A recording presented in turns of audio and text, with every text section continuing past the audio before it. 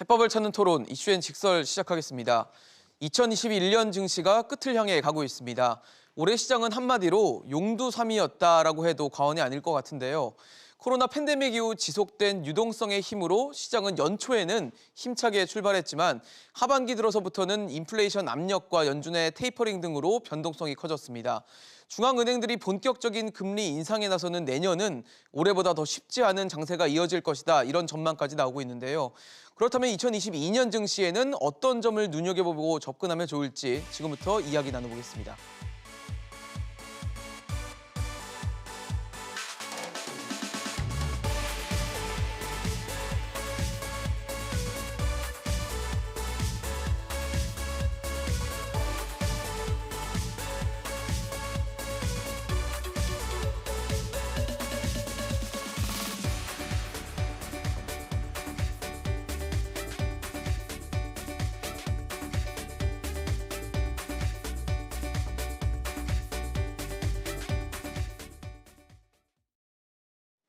네, 오늘 함께해 주실 세 분 소개하겠습니다. 연세대 정보대학원 정삼영 주임교수, 세종대 경영학부 김대종 교수, 한화자산운용 송재경 마케팅 본부장 나오셨습니다. 어서 오십시오. 네, 안녕하세요. 네, 2021년 이제 증시도 마무리를 앞두고 있습니다. 많은 분들이 투자자들이 걱정과 기대가 뒤섞였던 한 해가 아니었을까 싶은데요. 특히 한때 6만 원대까지 떨어졌던 코스피 대장주 삼성전자가 최근 들어서 이 8만 원대까지 올라서면서 증시 회복에 대한 기대감도 커지고 있습니다. 교수님 어떻게 보세요? 코스피 3,000피 안착. 안정적으로 3,000선을 유지할 수 있는 여건이 좀 마련됐다라고 보십니까? 조금 더 지켜봐야 될 것 같아요. 3,000을 찍은 지가 작년 10월이었어요. 그러니까요. 작년 10월. 작년 4월에 1,500까지 밀렸다가 6개월 만에 찍었거든요. 그다음에 이제 그 수준에서 2,800에서 3,000을 왔다 갔다 하고 있는데 그러니까요. 지금 지난 금요일 날 3,000을 다시 찍은 거는 제가 보기에 연말까지 특별한 악재가 없어요.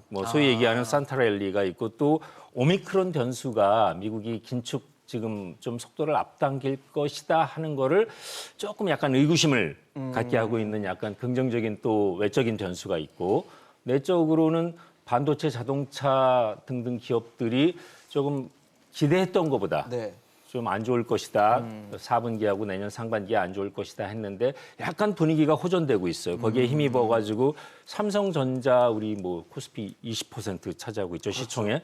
삼성전자가 지금 경영진 싹 물갈이를 했고 또 젊은 분들이 세대 교체가 됐고 또 그 이후에 여러 가지 기대가 되고 있는 M&A 등등을 비롯해 공격적으로 나오고 있고 거기서 어쨌건 8만 선으로 올라섰기 때문에 그 영향이 가장 컸다고 보는데 제가 보기에 좀 재밌는 게 있어요. 지금 한두 달 보는 게 아니라 한번 지난 10년을 이렇게 보면요. 지난 10년, 2012년부터 한번 우리 코스피를 한번 보면요. 2012년부터 한 17년까지 한 2,000선 왔다 갔다 했어요. 박스권에서. 그렇죠. 1,800에서 2,200 정도로 왔다 갔다 하다가 2017년까지 그러다가 2018년 중반에 2,500을 잠깐 찍었어요. 가까이 근접했다가 다시 내려앉아가지고 그러니까 우리 코로나 직전에 2019년에는 다시 주저앉아가지고 1,900, 2,000선에서 왔다 갔다 했어요. 이게 그러다가 이제 작년 4월이죠.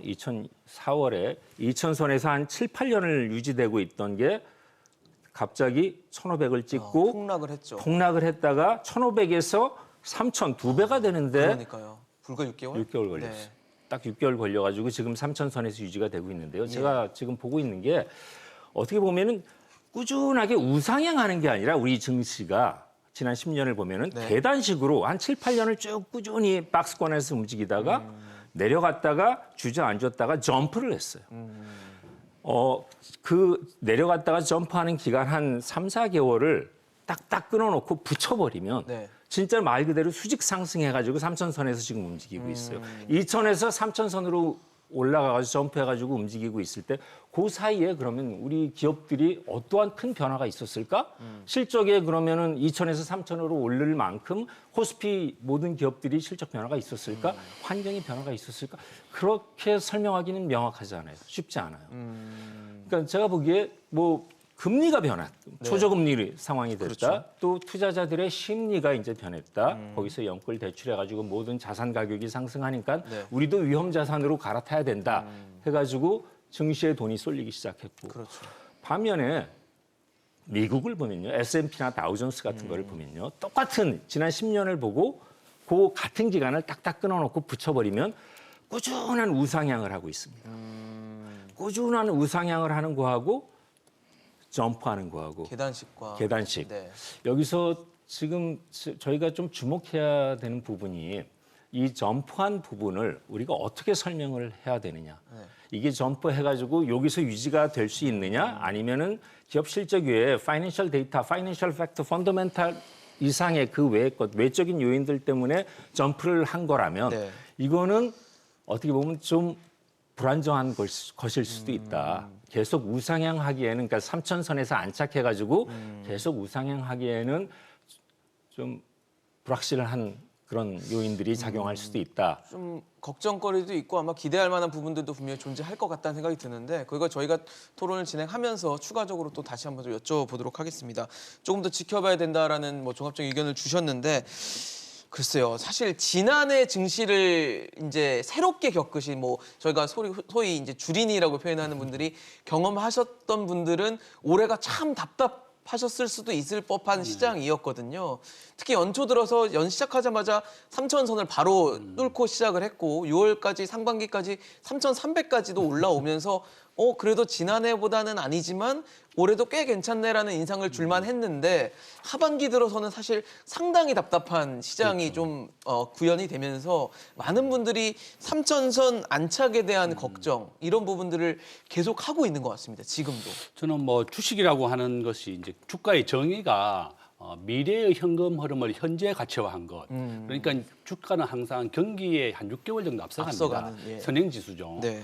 제가 1994년도에 이제 현대정권에 입사를 했었는데 네네. 그 당시에 주가가 1,100이었습니다. 코스피가요? 예, 그러니까 지금 30년이 지났는데 겨우 3,000이니까 그러네요. 3배밖에 안 올랐고 뭐, 예. 예, 같은 기간에 삼성전자가 100배 올랐습니다.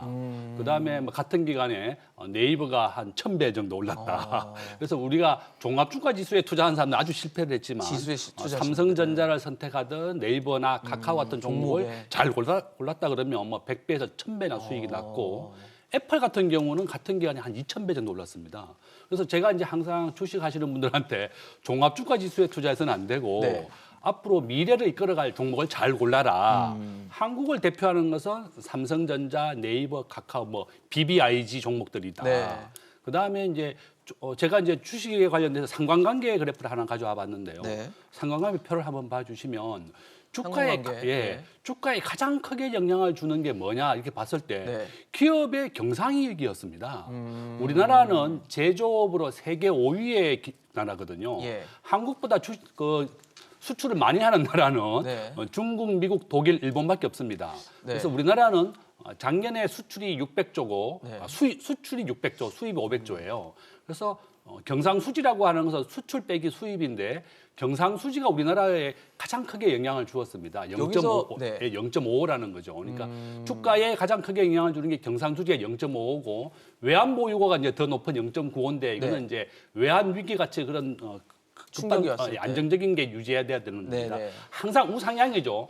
한국은행이 항상 충분히 이제 준비를 하고 있어야 된다 예, 말씀이신 맞습니다. 거죠? 외환보유고 저숫자는. 이제 한국은행이 항상 외환보유고 사상 최대 4,600억 달러라고 그러니까요. 하지만 네네. 이번 달에 그 한미 통화 수합가 만료되었지만 종료돼, 예. 한국은행이 다행히 이제 600억 달러 레포라 그래서 우리가 미국의 채권을 많이 가지고 있습니다. 그 채권을 가지고 600억 달러를 또 빌릴 수 있게 되어 있었거든요. 그래서 외환보유고도 아주 중요한 영향을 하고 반대의 영향을 주는 거 보시면 환율이 마이너스 0.3입니다. 네.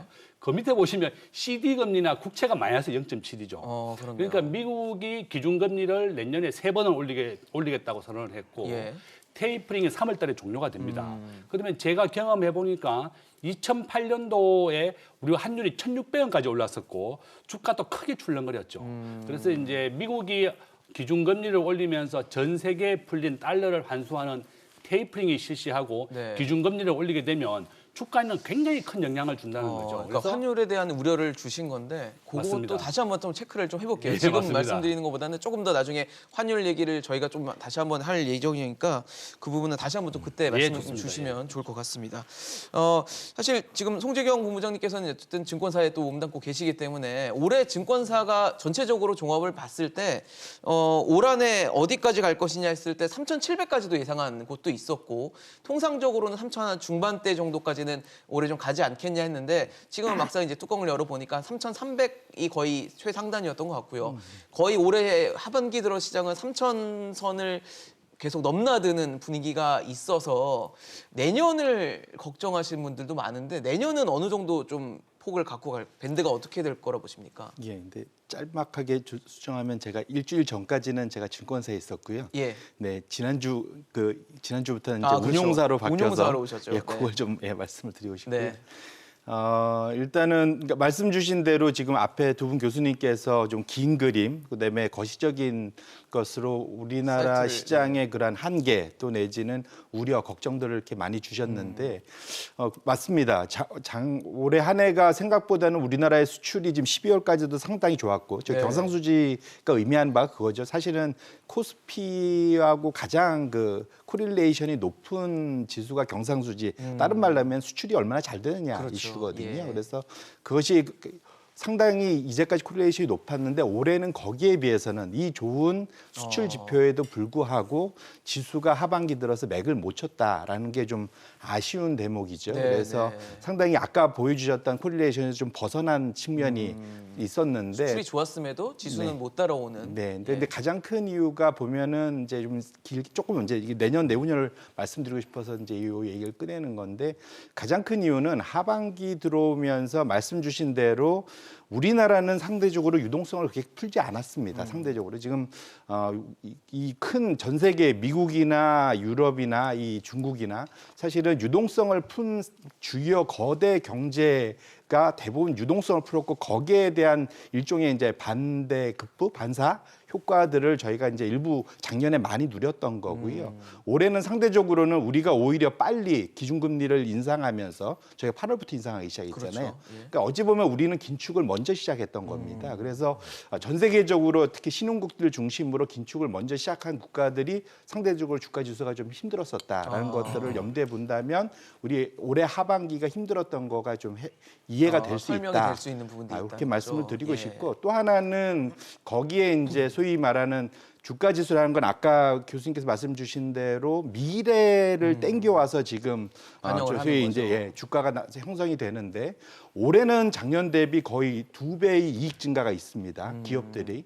근데 내년은 올해에 비해서는 그렇게 많은 비슷하거나 조금 높은 정도의 수준의 이익 증가거든요. 그래서 소위 이익 증가의 그러한 변화율이 별로 없다라는 측면도 하반기 모멘텀이 좀 떨어집니다. 근데 다만 지금 10월 달 이후부터 SK 하이닉스나 삼성전자의 그런 그 소위 이제 그러니까 소위 이제 반등이 네. 나타난 가장 큰 이유는 내년 올해 4, 4분기나 내년 1, 4분기를 바닥으로 그 다음부터는 이제 좋아질 거라는 그러한 기대감이. 기대감들이 주가에 이제 반영되기 시작한 거거든요. 그렇게 놓고 보신다면 그것이 이제 예상대로 실제로 이루어진다면 오히려 그러면 한국 시장은 오히려 내후년을 보고 내년 하반기나 내후년을 보고 주가 지수가 올라갈 수 있는 그런 모멘텀은 분명히 있다.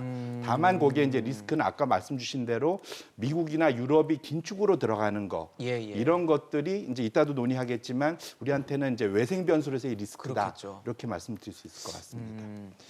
많은 분들이 아마 이제 연말 올해 시장은 이제 거의 마무리 단계로 들어갔다고 보시기 때문에 내년 이제 시장에 대한 걱정 혹은 기대를 하실 것 같은데 올해가 말씀 주신 대로 계단식으로 오면서 3,000선의 어딘가에서 계속 머물러 있었던 상황이었기 때문에 내년은 어떻게 될까를 많이 궁금하시거든요. 제가 그 6개 증권사 뭐 표가 있던데요. 네. 증권사 저희가 센터에서 자료를 좀 보여드리면서 네, 네. 설명드리도록 하겠습니다. 지금 저희가 2022년 내년 이제 코스피 전망을 내년이죠. 증권사별로 한 거를 내년. 정리해드리고 있거든요. 제가 저걸 보니까요. 좀 흥미로운 게 NH, 한투, 삼성증권 세 군데가 같아요, 동일해요. 그러네요. 상단과 하단이 3,400, 2,800에서 3,400인데 평균으로 치면 3,100이 중간값 평균이고 그렇겠네요. 예. 위아래로 300씩 이제 롬을 줬어요. 네. 그다음에 제일 윗단을 제일 크게 본 게 KB증권이 하금투. KB증권이죠. KB증권이 3,600 KB증권이 으로. 3,600. 네. 그러니까 KB증권 같은 경우는 변동폭을 크게 본 거죠. 크게 본 거. 근데 저걸 보면서 제가 든 생각이 큰 의미 없어요. 작년 이맘때 증권사들이 낸 거 보면은 3,000을 평균 3,000 정도 갈 것이다 했는데, 그러니까 올 1월에 연초에 3,000을 깨고 넘어가니까 이제 거의 3,300으로 올려버렸어요. 그러니까요. 중간에. 그러니까 1사분기에 3,300으로 올렸는데 지금 다시 떨어졌거든요. 그러니까요. 그러니까 저거를 이렇게 보면은 그 레인지 안에서 한 600의 레인지 안에서 등락을 거듭할 것이다. 어떻게 보면 굉장히 보수적으로 잡아놓은 것 같아요. 그래서 굉장히 보수적으로 지금 뭐 우리 마케팅 센터장님께서 본부장님 계시고, 말씀하셨던 네. 것처럼 네. 여러 가지 변수가 있기 때문에 내년에는 보수적으로 잡아놓고 그 후에 조금 더 이제 상승할 것이다 보고 있는데, 보수적으로 잡아놓은 거 이렇게 보니까 골드만삭스도 그렇게 발표를 했어요. 골드만삭스가 보수적으로 잡은 이유는 그 어닝이라고 어닝 EPS라고 그러죠. 네. 주당 순이익, 네. 순이익의 증가율이 네. 지금 자기네들이 포캐스트 한 거는 한 10% 정도인데 코스피의 그 성장세도 그거하고 굉장히 밀접한 관계가 있다. 그러니까 지금 3,000이면 한 3,300에서 3,350 정도가 10% 상승 정도. 10% 정도 룸을 잡고. 근데 왜 그러면 어닝이 그 정도밖에 안 되느냐? 어닝이 10% 정도 증가로, 올해 어닝은 굉장히 큰 폭으로 증가를 했는데 내년은 그 성장세가 둔화될 것이라고 했는데, 그걸 생각해 보면 어닝에 국내 기업에 제일 크게 작용하는 게 물론 교수님 말씀하신 것처럼 수출이죠. 예.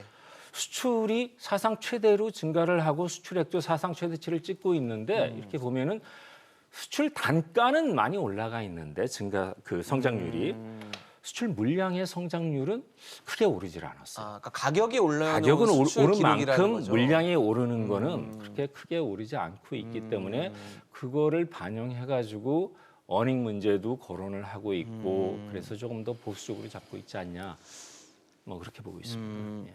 사실 지금 앞서 교수님이 환율 얘기를 해주셨는데 달러화 가치가 이제 어떻게 변화할 것인가. 한때는 뭐 지금 1,200원 선을 넘나들 것이다, 혹은 그걸 넘어설 수도 있을 것이다라는 전망들이 나오면서 뭐 외국인들의 매도세도 가끔 나오기도 했고, 이런 상황들이 연출되다 보니까 코스피가 내년에는 이 환율과 어떻게 연동돼서 흘러갈 것인가도 많은 분들이 좀 궁금해하실 것 같은데, 아까 설명해주지 못한 부분을 좀 설명해주시면 어떨까 싶거든요. 아까 이제 그 표를 한번 다시 봐주시면 네네. 주가에 가장 크게 영향을 주는 것은 바로 미국의 기준금리가 올라가는 유무입니다.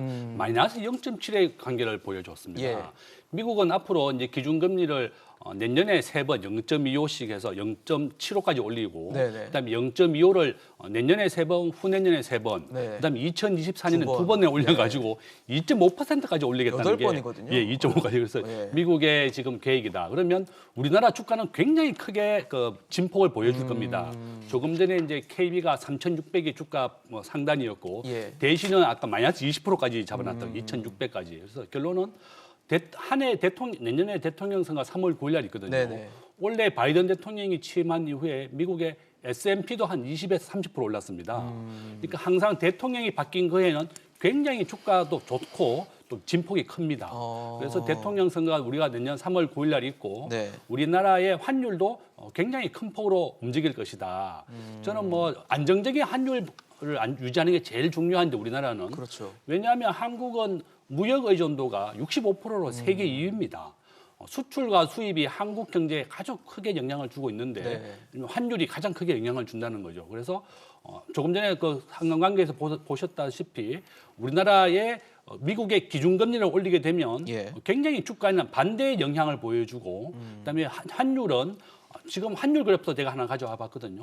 지난 40년간 우리나라 환율 그래프를 한번 봐주시면 40년이요? 예, 계속 환율은 우상향입니다. 그렇네요. 항상 옛날에 이제 과거에 한 400원, 300원까지 했었는데 이게 지난 1970년도부터 그러니까 한 50년쯤 되겠네요. 그죠? 그렇네요. 50년간 우리나라의 환율 그래프인데 97년도에 환율이 2,000원까지 갔었고, 그다음에 2008년도가 1,600원입니다.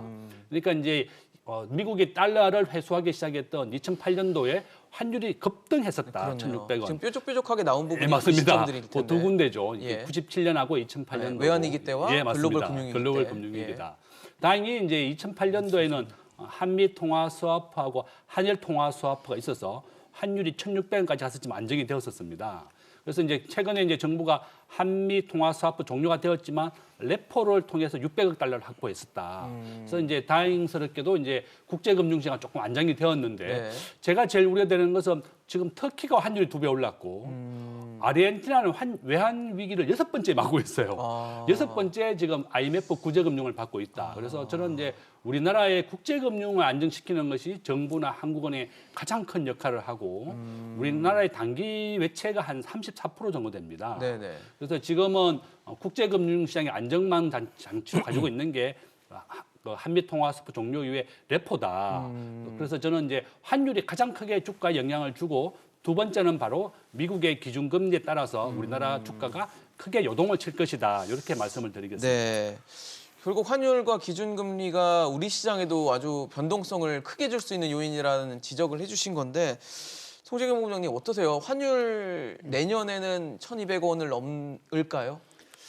일단 결론부터 말씀드리면 미리 매를 먼저 맞아서 네네. 상대적으로는 좀 이전에 우리가 여러 번 지금 교수님께서 지적해 주신 대로 큰 위기가 왔었던 거에 비해서는 잘 좀 넘어가지 않을까라는 이제 기대 섞인 예측을 해봅니다. 근데 이유가 뭐냐면 예. 과거 이제 지난 10년간 예. 그러니까 2008년 글로벌 금융위기 이후에 지난 10년간에 보면은 사실은 그 연준의 그 테이퍼링이 네. 있었던 두 번의 시기에 신흥국들의 환율 말씀 주신 대로 달러 강세, 나머지 나라들의 환율 약세가 약세들, 나타났었거든요. 그래서 정확히 2014년도에 한 번, 그다음에 2018년도에 한 번 두 번의 큰 변곡점이 있었고요.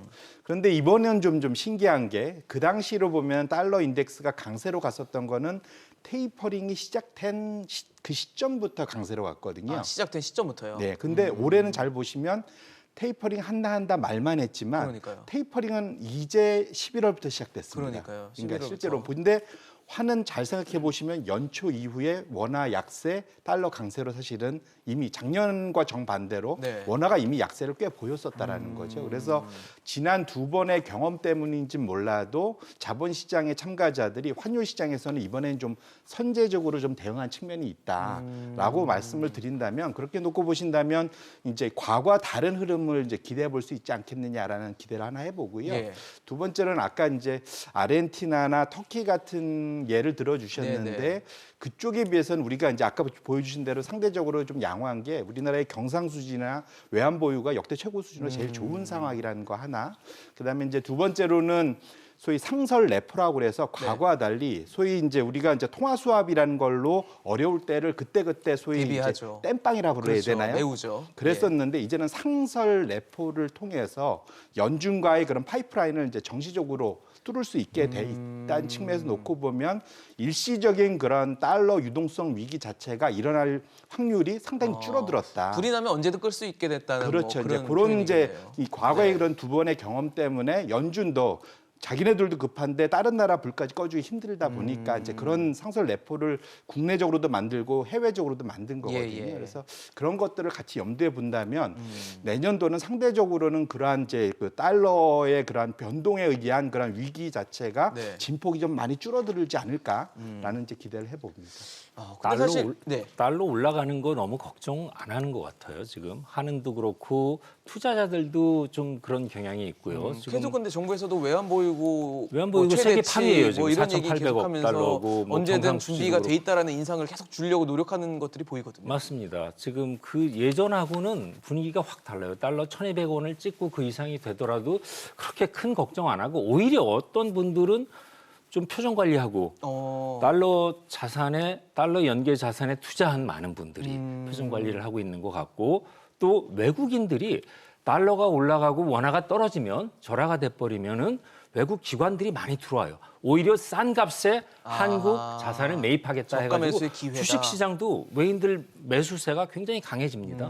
그래가지고 최근에 외인들 개인들이 빠지고 외인들이 많이 들어온 영향 중에 하나가 네. 달러 강세 지난 6월부터 90 넘어가가지고 네, 그 달러 인덱스가 1200원, 95, 네, 96을 어딘가에, 찍는 네. 네, 그것도 영향을 받지 않았을까 예, 생각을 하고 있습니다. 그렇군요. 참 이제 환율, 그러니까 기존에 있었던 공식이나 문법들이랑은 조금 다른 시장들이 계속 보여지고 있고 또 가장 많은 투자자들이 어떤 고민을 했던 것이 저희가 방송을 하면 늘 그런 얘기 하거든요. 간밤에 뉴욕 증시가 좋았기 때문에 오늘 우리 증시도 좀 기대감을 갖게 한다라는 얘기를 많이 했었는데 사실 최근에 보였던 부분들은 뭐 소위 말하는 탈동조화, 디커플링이라고 표현을 할 정도로 미국 시장은 연일 최고치를 찍어도 우리는 계속 박스 안에서만 놀고 있는 모습들을 계속 보이다 보니까 아, 이게 내년에도 가는 것인가라는 궁금증과 함께 우리도 안 하셨던 분들은 이제 이제부터라도 해외 주식이 뭔가 해야 되는 거 아니야라는 또 궁금증을 던지게 되는 것 같거든요. 제가 이제 그 우리나라의 글로벌 증시 비중을 하나 가져와 봤습니다. 한번 글로벌 봐주시면. 증시 비중이요? 글로벌 증시 비중을 네. 보면 전 세계를 100이라고 했을 때 네. 미국이 차지하는 게 60%고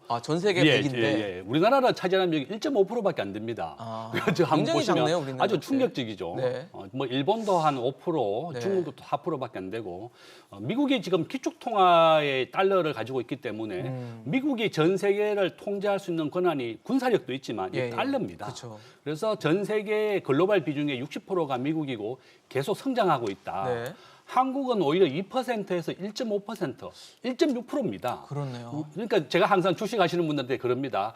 절대로 한국 주식만 해서는 안 되고 우리나라 국민연금이 지금 6대 4로 미국의 60, 한국의 40을 하고 있고 이 글로벌 주식 비중을 본다 그러면 미국의 90%를 해야 되고 한국의 10%를 하는 것이 제일 좋다. 그러니까 이제 일부 사람들이 저한테 야 한국 주식을 10%만 하고 미국의 90% 하면 우리나라는 어떻게 하느냐. 어쨌든 간에 글로벌 비중으로 봐서는 미국의 90%. 미국의 지금 시가총액 1위가 애플인데요. 네네. 지금 3,300조 정도 되죠. 3,200조 정도 된다. 네. 3조 달러 정도 가까이 왔고. 네. 그다음에 테슬라. 저는 이제 미국 주식을 뭐 사야 되냐 물어보면 무조건 시가총액 1등 사라. 한국의 시가총액 1등은 삼성전자고 미국의 시가총액 1등은 애플이다. 그래서 뭐 애플이든 테슬라든 미국의 10위 이내의 기업. 한국에서도 시가총액 10위 이내의 기업을 투자하고 작년에 우리나라 기업이 20개가 부도가 났어요. 네. 그래서 주식이라고 하는 것은 수익성, 안전성, 황금성이 세 가지가 제일 중요한 요소인데 매년 20개씩 부도가 나는 기업에 우리가 어떻게 투자를 하느냐. 그래서 제일 좋은 방법은 시가총액 1위를 하든지 아니면 한국과 안전하게 미국의 가라라는 시가총액 말씀이죠. 10위 이내 네. 우량한 기업만 투자하는 거 하고 또 손절매를 하지 마라. 우리가 코로나 시대에 작년에 40%까지 하락을 했습니다. 뭐 삼성전자도 마찬가지고 미국의 애플도 마이너스 40%까지 폭락을 했었거든요. 그래서 이런 외부적인 요인에 의해서 주가가 하락하더라도 절대 팔아서는 안 됩니다. 제가 이제 주식 투자 10계명이라고 하는 걸 하나 가져와 봤는데 지금 보시면 미국이나 한국이나 10위 이내의 기업만 투자해야 되겠고 투자 비중을 봤을 때 항상 미국의 90을 투자해라. 그다음에 절대로 4번입니다. 손절매를 하지 마라. 제가 이제 정권회사 다닐 때 저한테 가르쳐 주더라고요. 정권회사 이제 우리가 펀드 매니저나 주식을 매매할 때 15% 이상 내려가게 되면 꼭 팔아라 이렇게 가르쳐 줬는데 제가 지난 한 30년간 경험을 해보니까 뭐 삼성전자든 네이버든 카카오든 우리나라의 우량한 기업이든 미국의 우량한 기업이든 절대로 30%, 50%까지 하락해도 팔아서는 안 됩니다. 그러니까 지금 말씀을 주시는 건 아무래도 우리 시장과 미국 시장이 좀 다르게 돌아가는 양상들이 보이니까 많은 분들이 고민을 하시거든요. 미국에 투자를 해야 될지 아니면 우리 시장에 계속 갖고 있는 게 맞을지 그리고 미국 시장의 전망이 우리한테 투영되지 않는 것에 대해서 어떻게 해석을 해야 될지 많이 궁금해들 하시는데 뭐 그럴 때 유용하게 좀 쓰일 수 있는 팁을 좀 드릴 수 있는 뭐 방법이라고 보시면 될 것 같고요. 뭐 김대중 교수님의 또 개인적인 조언이 들어간 지원이라는 걸 좀 참고해 주시면 좋을 것 같습니다. 본부장님, 그러면 지금 사실 그런 질문 실제로 많이 들으셨을 것 같아요. 왜 미국하고 우리하고 달라? 우리 어떻게 해야 돼? 내년에는 그러면 우리 해외 수정 안 했는데 해외 주식 해도 돼? 이런 질문을 아마 뭐 직간접적으로 많이 들으셨을 것 같은데 어떻게 해석을 해주세요? 예, 이제 뭐 결론부터 말씀드리면 장고 끝에 악수를 줄 수도 있겠다. 이제 장고 끝에 악수. 예, 이제 무슨 말이냐면 이제 따라가 하다가 이제 마지막에 따라갔을 때 너무 나쁜 악수가 될 수 수를. 있겠다. 이제 요 말씀드린 이유는 긴 그림에서 보면은 우리 김 교수님의 말씀에 100% 동의를 하고요. 이제 다만 이제 제가 이제 이게 뭐냐면 시장이란 건 항상 이게 그 직선이 아니라 그렇죠. 출렁이죠. 비선형적으로 네. 움직이기 때문에 그런 말씀을 드리고 특히 지난 10년간 미국 나홀로 상승 장세가 펼쳐졌고 특히 지난 2년은 사실은 미국이 연준이 역대급으로 통화를 풀고 그렇죠. 또 심지어 금리는- 재정까지 부양을 네. 하면서 자산 버블에 대한 걱정이 이제 올해 들어와서 끊이지 않고 있다라는 거죠. 근데 내년 들어서 이따도 뭐 논의하겠지만 이제 긴축으로 네. 돌아선다면 정말로 이제 쉬운 돈이 사라지는 시장에서 소위 이제 이미 오를 만큼 오른 밸류에이션에 따라 탔다가 지금 네. 고생을 할 가능성이 충분히 있다는 걸 좀 염두에 주실 필요가 있고요. 아까 좋은 이제 아까 차트를 보여주셨는데 지금 미국의 시가총액이 한 60% 됩니다. 시총 비율이요. 예, 시총 비율이 전 세계에서. 그러니까요. 근데 GDP에서 전 세계 차지하는 비용은 30%가 안 되거든요. 어. 근데 그러니까 지금 워낙 이제 미국의 자산이 몰려 있어서 그렇네요. 그런 게 있고요.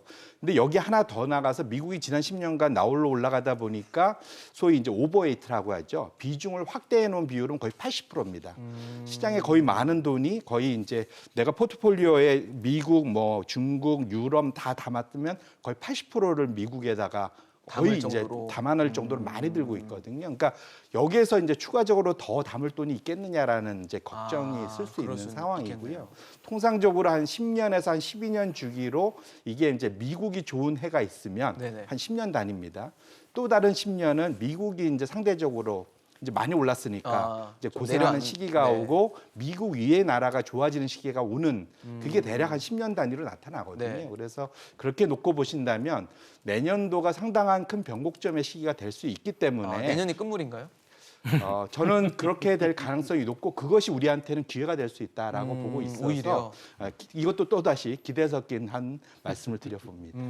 10년 주기로 좀 변동성이 있을 수 있다는 얘기를 주시면서 그 얘기까지 해주셨는데 사실 지금 디커플링 그러니까 현상이 좀 보여졌고 내년에는 이제 미국도 금리 인상 테이퍼링을 종료하고 금리 인상을 3번 하겠다고 했고 우리도 이제 금리를 올릴 거기 때문에 이 부분에 대한 변수에 대한 영향도 좀 고려를 해봐야 될 것 같아요. 큰 지금 뭐 테이프 텐트럼 얘기 2013년 긴축 발작을, 얘기, 네. 얘기하는데 올해는 사람들이 지친 것 같아요. 지쳤다. 기다리다가 지쳤어.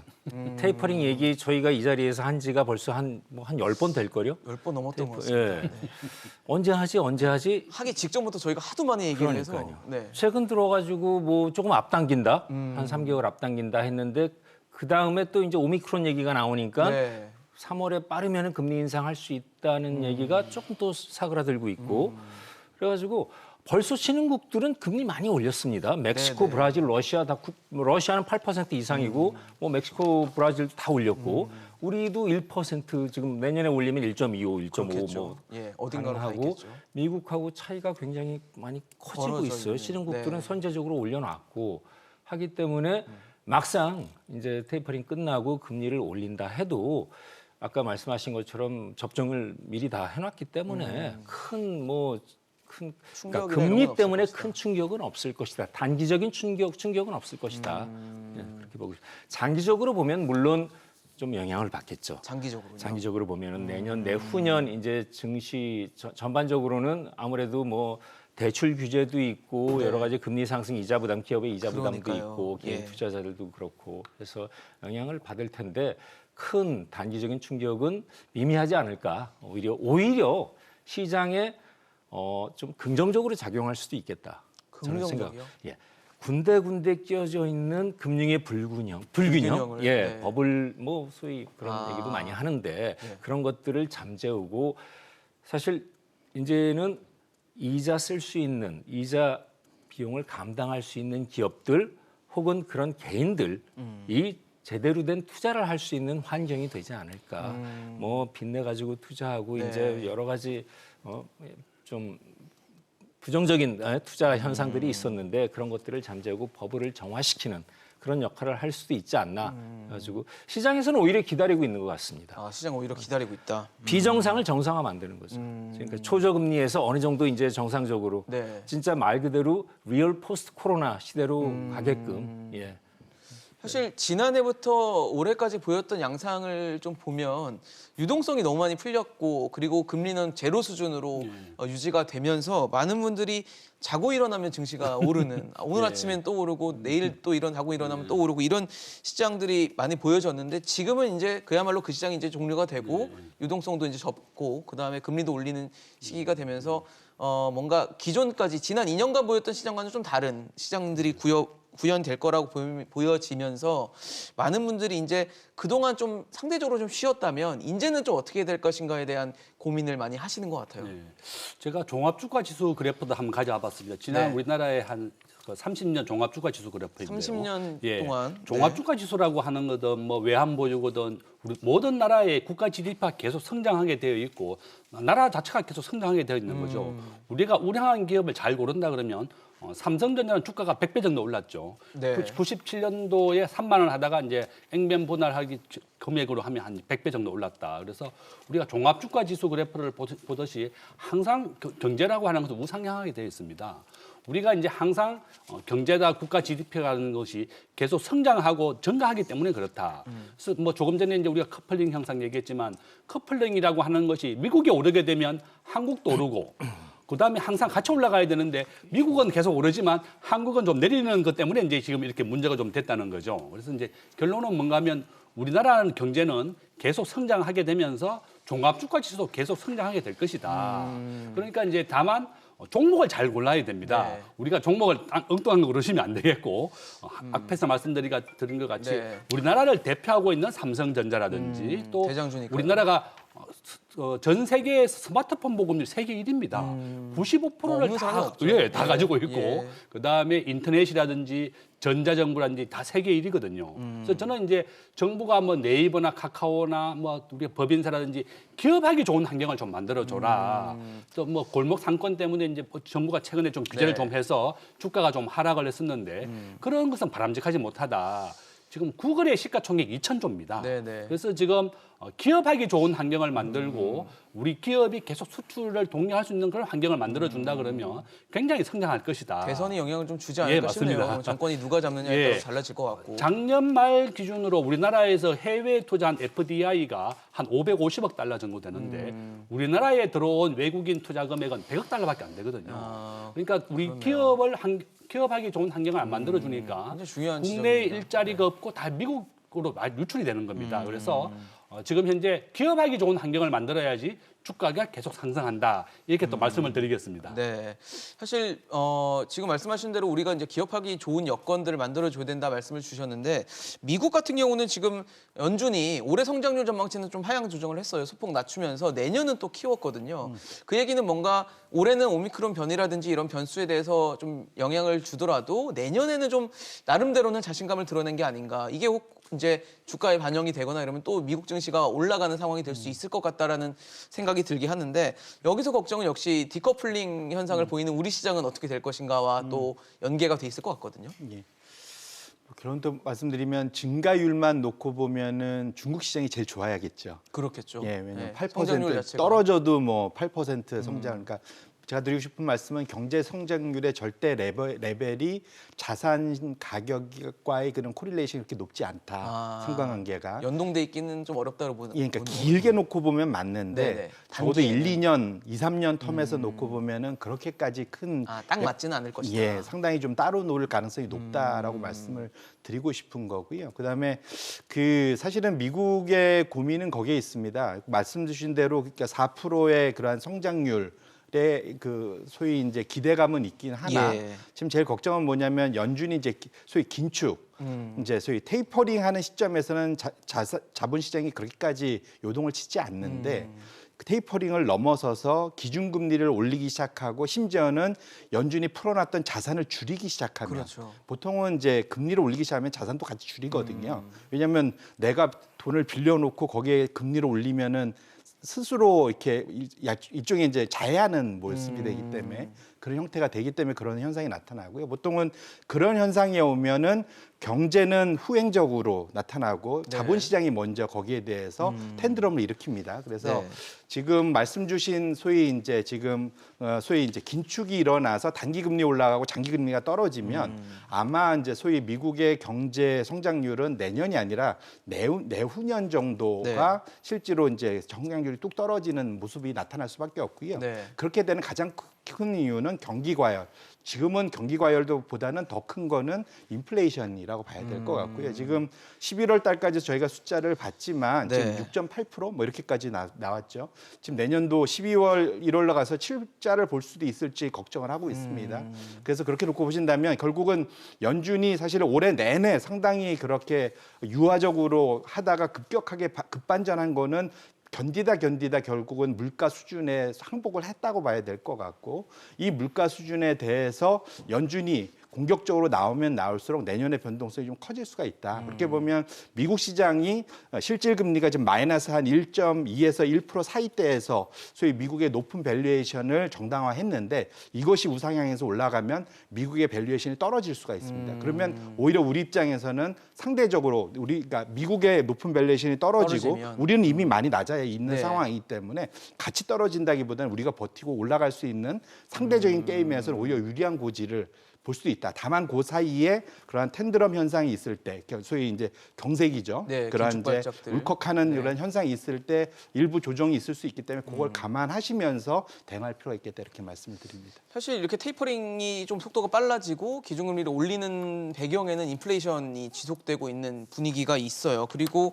그래서 내년에 지금 현재 코로나 변이, 오미크론 변이도 계속 지속되고 있고 그리고 뭐 위드 코로나라고 해서 이제 일상 회복을 시작했던 나라에서도 확진자들이 너무 많이 나오다 보니까 이 부분이 내년에도 변수로는 좀 당분간은 좀 유지가 될 것 같은 생각이 들면서 내년도 증시는 어떻게 좀 전략을 갖고 가면 좋을지 좀 조언을 해주시면 좋을 것 같습니다.